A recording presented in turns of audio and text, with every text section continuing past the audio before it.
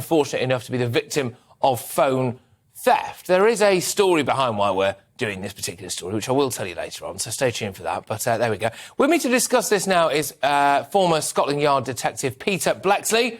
Peter, thank you very much. Great to see you. So, is pickpocketing on the rise, in your view?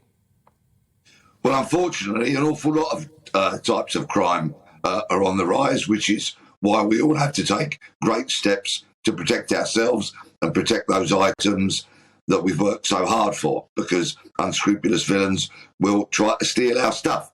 I'm not entirely sure if pickpocketing per se is on the rise, but it's a crime that simply never goes away.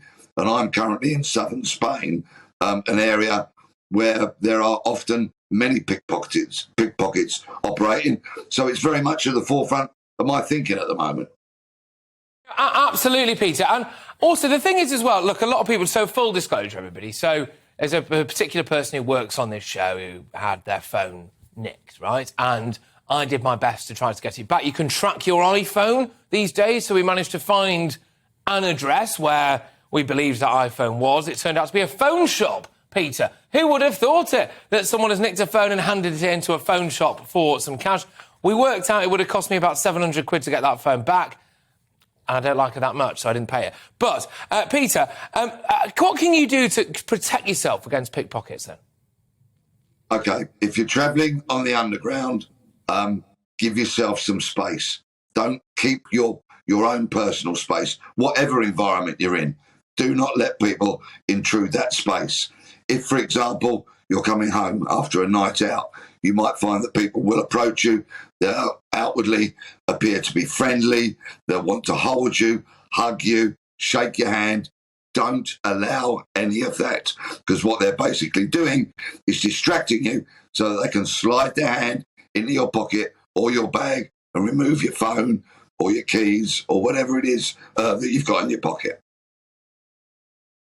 Yeah, Peter, can I ask, some people say that the police aren't always the most proactive when it comes to this. Let's just take this case as an example. Now, especially bear in mind that I'm based in London here now, right? And London is basically almost its own country. It's got a very dense population. There's a lot of other crimes going on. To be fair, a lot more serious than someone having their phone nicked, right? So I do completely understand this. But the fact is, we did get in touch with the police and basically tell them where this phone was. And obviously, well, they're yet to go round. Are people right to criticise the police sometimes when they say they don't do enough? Or do you think they're just a bit overworked and overstretched? No, people are right to criticise the police. Let's face it, there are 6 forces in the UK that are in special measures, including the Metropolitan Police. So that clearly shows that they are failing. They're failing you, me, your viewers, your listeners, the public. For a police service to be placed into special measures is an absolute disgrace and shame on the senior management team who have absolutely failed to do their job.